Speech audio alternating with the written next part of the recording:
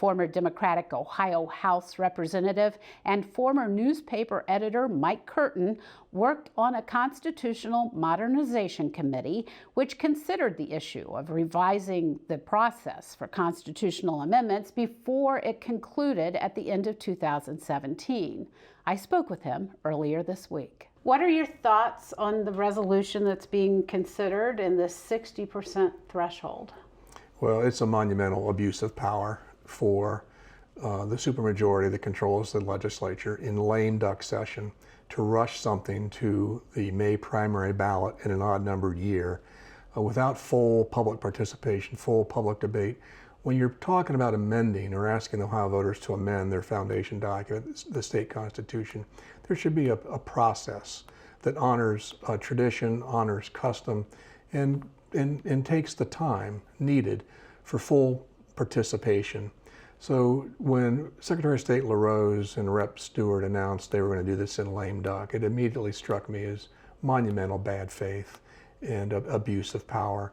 We have not had General Assembly sponsored proposed amendments to our state constitution on a primary ballot in an odd-numbered year for 50 years, a half century. Wow. The last time we had that was in May of 1973 when Ohioans were asked to approve the Ohio lottery because we had to amend the Constitution to allow that to happen. Since then, Republican and Democratic legislatures have honored tradition, honored custom, and they've put these proposals, for the most part, in November elections, fall elections of even-numbered years, when you have maximum voter participation. In gubernatorial years, we have 60% plus or minus turnout. In presidential years, we have 70% plus or minus turnout. In odd-numbered primaries, we have 15, 17, 19% turnout. And so this is bad faith. Mm-hmm. And they should take their time. And if you want to make the case for creating a supermajority to amend your state constitution through citizen-led initiatives, which only one other state has, by the way, Florida, then respect the voters and go out and make your case, make it laboriously, and give the voters a time to study it, to get up the learning curve, and to participate in the debate and discussion, and that's not happening, and to me that's bad faith. When you were on the Constitutional Modernization Committee, you proposed changing the process for initiated statutes to make them more attractive to people who want to enact a change in policy. Can you explain that and what you wanted from that? Why? Well, I was one of 32 members. The Ohio Constitutional Modernization Commission was 32 members, bipartisan, appointed to study the Constitution and to make recommendations for changes, because we have an old Constitution, an 1851 Constitution. There's a lot of dead language in there. There's a lot of stuff that needs to be cleaned up. And the statutory initiative, Ohio is one of the few states that have the direct constitutional initiative. There's only 18 states that have it. The indirect statutory initiative and the referendum.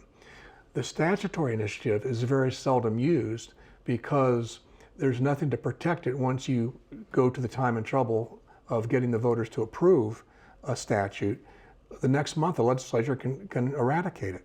Many states that give their citizens the right of the statutory initiative also have a safe harbor provision, so that if the voters are going to amend their revised code, their state revised code, and add a law, it is in place for at least 5 years, say, before the legislature can touch it. And then it requires oftentimes a supermajority of the legislature to change it or to eliminate it. Because Ohio has no such protections for the statutory initiative, citizens who want to enact laws usually use the constitutional route. So we in the Constitutional Modernization Commission studied the possible proposal of requiring a 55% as opposed to a simple majority vote to amend the state constitution through citizen-led initiatives, but in exchange for that, to make the statutory initiative much easier to use. It's cumbersome now, that's why very few groups use it. So it would have been a trade-off to make the statutory initiative easier and the constitutional initiative a little more difficult. Because the statutory initiative is so seldom used, we get a lot of statutory-like changes in our state constitution. like livestock care standards, for example. Things that don't belong in a foundation document, don't belong in a state constitution, but rather belong in statute. And Ohio's constitution is relatively long, at about 60,000 words. It's about the 10th longest state constitution in the nation. There's a lot of clutter in there, but because the statutory initiative is not user-friendly, it's very seldom used. And so we were studying that, but then Senate President Keith Faber pulled the plug on the commission, and it died, and we never got a chance to make that case to the public. You know, some of the people who oppose this are saying that they're kind of turning the argument around, if you will, and they're saying it gives power to 41%, the minority, if you start talking about, going to 59% or 60%, of the majority approving an issue. Does this give more power to a minority opinion, and is that a dangerous thing? Oh, absolutely. If this were enacted and made part of the Constitution, we'd have minority rule, not majority rule, when it comes to proposed amendments to our state constitution when they're led by, citizen initiatives. That is a very fundamental change. Only one other state in the union, Florida, has such a provision.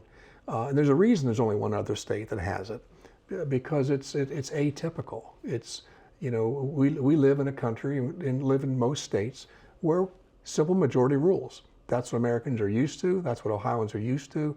So if you're going to propose changing that, then you should take the time to educate the voters on what is the case. Well, what's the problem? And that's not being done. This thing's being rushed through in lame duck without that voter education, without time for full debate and discussion. And to me, that just smacks of bad faith.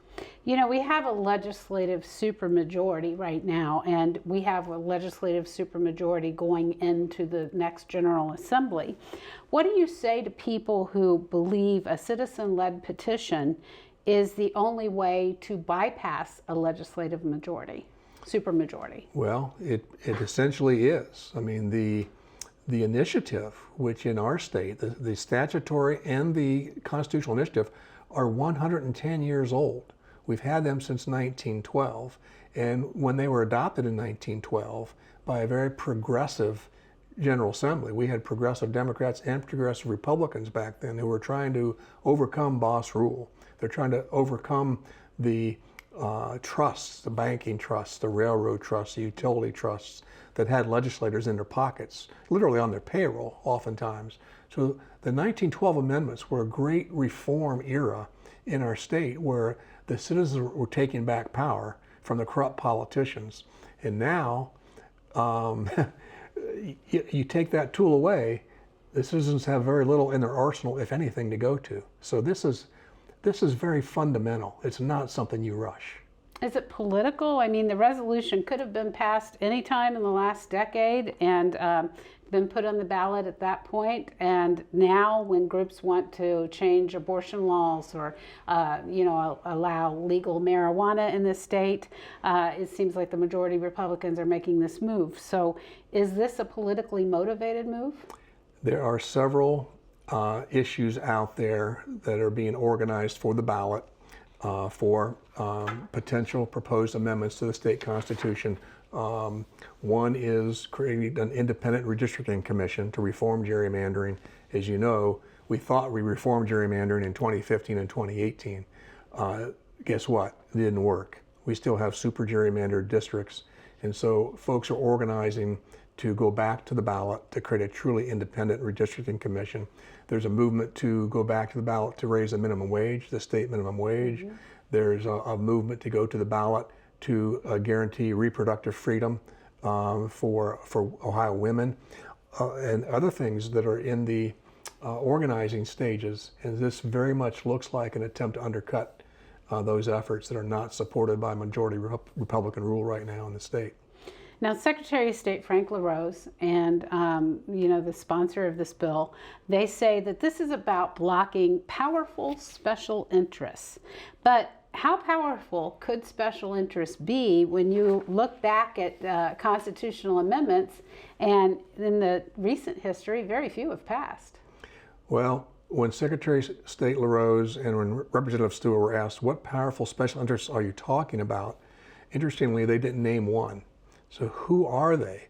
As you might recall, in 2015, I was the co-sponsor, along with Representative Ryan Smith, of a proposed constitutional amendment that was placed on the November 2015 ballot that was called the Anti-Monopoly Amendment.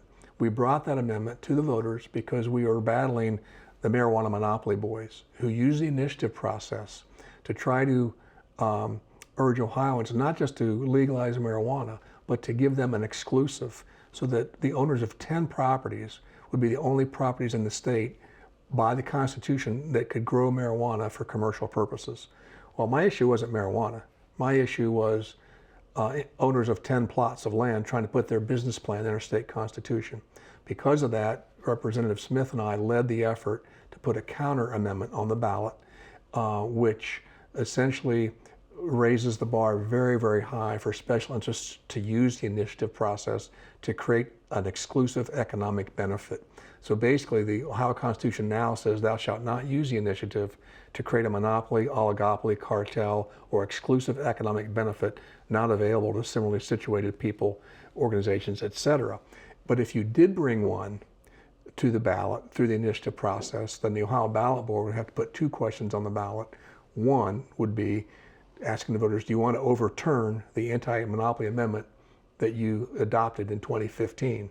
And two, if you do you want to approve what these guys are trying to sell you in the way of an economic benefit for themselves? So it's a very high bar that exists now because of our work in 2015. And because of that, Secretary of State LaRose and Representative Stewart are not able to name what interests they're talking about. We solved this problem in 2015. Unless they're able to come forward and say, here's what we're trying to stop, then you have to conclude what they're trying to stop is the Reproductive Freedom Amendment, the Minimum Wage Amendment, and the Anti-Gerrymandering Amendment that are all in the organizing stages right now. Now, if they are successful in getting this resolution through the lame duck session by the end of this year, they could put it on the May ballot, as we were talking about earlier. We also know that in primaries, in those off elections, those tend to favor Republicans. So do you think that if they are successful, that this has a realistic chance of passing in May? I think if the Republicans do put this on the May ballot, in 23, you're going to see a massive organizing effort statewide to defeat it, and I think it will be defeated.